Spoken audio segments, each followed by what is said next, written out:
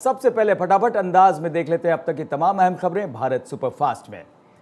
युवा शक्ति का दोहन, कौशल और शिक्षा पर बजट के बाद पीएम मोदी ने वेबिनार को किया संबोधित। कहा, देश की अमृत यात्रा का नेतृत्व हमारे युवा ही कर रहे हैं, इसलिए इस बजट में युवाओं को अहमियत दी गई है। हमारी शिक्षा प्रणाली व्यावहारिक और उद्योग उन्मुख हो। इस मौके पर पीएम मोदी ने कहा कि डिजिटल लाइब्रेरी नॉलेज का बड़ा माध्यम, टीचर्स के लिए पूरी दुनिया क्लासरूम की तरह कई देशों का ऑन द जॉब लर्निंग पर जोर है। पीएम मोदी ने कहा, हमने युवाओं के शिक्षा और कौशलता को नई दिशा दी। नई शिक्षा नीति में भी शिक्षा और कौशल पर जोर। भारत दौरे पर जर्मनी के chancellor Olaf Scholes, Rashtrapati Bhavan में प्रधानमंत्री मोदी से की मुलाकात। इस मौके पर पीएम मोदी ने कहा, भारत और जर्मनी का बहुत ही अच्छा संबंध और हम आशा करते हैं इस संबंध को और मजबूत कर सकें। प्रधानमंत्री नरेंद्र मोदी आज राजधानी दिल्ली के तालकटोरा स्टेडियम में सांस्कृतिक उत्सव बारिसु कन्नड़ दिन दिमावा का करेंगे उद्घाटन। इस मौके पर जनता को भी करेंगे संबोधित। बिहार में आज सजेगा बड़ा सियासी मंच। पटना में गरजेंगे अमित शाह। महागठबंधन का पूर्णिया में शक्ति प्रदर्शन। एक मंच पर जुटेंगे सातों दल। यूपी विधानसभा में प्रयागराज हिंसा पर अखिलेश यादव को सीएम योगी का करारा जवाब। जमकर लगाई फटकार। अपराधियों की मदद करने का भी आरोप लगाया। यूपी विधानसभा में सीएम योगी आदित्यनाथ ने कहा, अपराधियों के गले में हार पहनाती है समाजवादी पार्टी। सीएम योगी ने माफियाओं को मिट्टी में मिलाने की कही बात। कहा, सपा ने अपराधी को सांसद बनाया, अतिक ने सपा ने सांसद बनाया। सपा सरकार में अपराधियों को संरक्षण दी।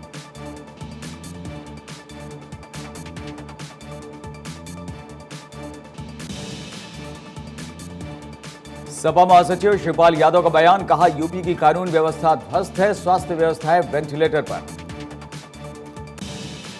और कांग्रेस राष्ट्रीय अधिवेशन का दूसरा दिन। आज अधिवेशन को मल्लिकार्जुन खड़गे ने किया संबोधित। कहा, राहुल गांधी ने राष्ट्र की दिखाई उम्मीद। करोड़ों लोग भारत जोड़ो यात्रा में भी शामिल हुए। रायपुर में प्रियंका गांधी वाड्रा का भव्य स्वागत। कार्यकर्ताओं ने सड़कों पर बिछाए फूल। अधिवेशन में शामिल होने पहुंची थी प्रियंका।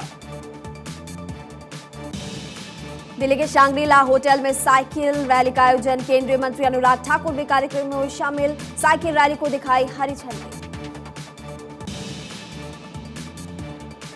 इस मौके पर अनुराग ठाकुर ने कहा, देश भर में जागरूकता फैलाना चाहते हैं। भारत में कार्बन उत्सर्जन को कम करने का लक्ष्य।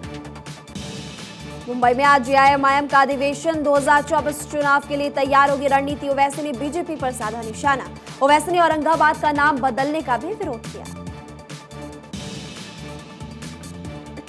दिल्ली बीजेपी ने पोस्टर के जरिए आम आदमी पार्टी पर साधा निशाना। आप विधायक आतिशी पर साधा निशाना। पंजाब के सीएम भगवंत मान आज दिल्ली दौरे पर। सीएम भगवंत मान आज कई मीटिंग्स में लेंगे हिस्सा। दिल्ली के कपूरथला हाउस में ठहरे हैं भगवंत मान।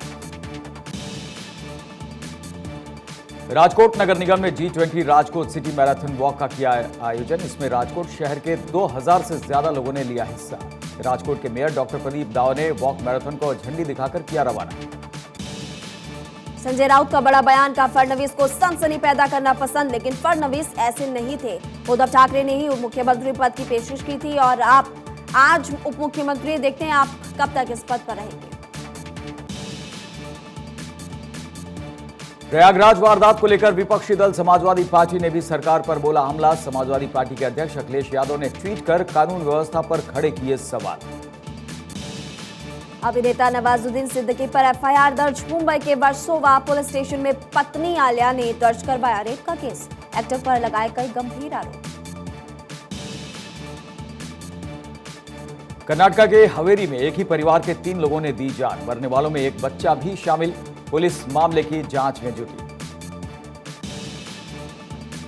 तेलंगाना में चोरों के हौसले बुलंद है। एक मंदिर से भारी मात्रा में चांदी की बरामदगी हुई है। पुलिस मामले की जांच में जुटी हुई है। घटना का सीसीटीवी फुटेज भी सामने आया। हरिद्वार पुलिस को बड़ी कामयाबी। एक शख्स को किया गिरफ्तार। पकड़े गए शख्स पर मंदिर में चोरी का आरोप।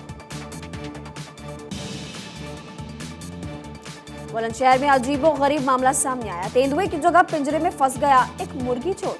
वीडियो हो रहा वायरल। पंजाब बॉर्डर पर दिखा पाकिस्तानी ड्रोन। बीएसएफ जवानों ने ड्रोन पर की फायरिंग। बीएसएफ की फायरिंग के बाद वापस लौटा ड्रोन। मैक्सिको में लगी भीषण आग। क्रूड ऑयल स्टोरेज में लगी आग। मैक्सिको के वेराक्रूज की घटना। ग्रेटर नोएडा के स्क्रैप गोदाम में लगी आग। आग में गोदाम जलकर राख। लाखों के नुकसान की आशंका। हादसे के बाद सीएम शिवराज सिंह चौहान पहुंचे रीवा। अस्पताल में घायलों का जाना हालचाल। सीएम शिवराज ने घटनास्थल का लिया जायजा। प्रशासनिक अधिकारियों और लोगों से घटना की पूरी जानकारी दी। एमपी हादसे पर केंद्रीय गृह मंत्री अमित शाह ने शोक जताया। हादसे में जान गंवाने वाले लोगों के परिजनों के प्रति गहरी संवेदना व्यक्त की। घायलों के शीघ्र स्वस्थ होने की कामना की। सीधी हादसे पर पूर्व सीएम कमलनाथ ने ट्वीट कर जताया दुख। घायलों के जल्द स्वस्थ होने की कामना भी की। कांग्रेस के वरिष्ठ नेता दिग्विजय सिंह ने सीधी हादसे के मृतकों के परिजनों को 50 लाख मुआवजा राशि देने की मांग की। कार्यक्रम सरकारी था, इसलिए सीएम दुर्घटना की जिम्मेदारी लें और इस मामले में दोषी अधिकारियों को बर्खास्त करें।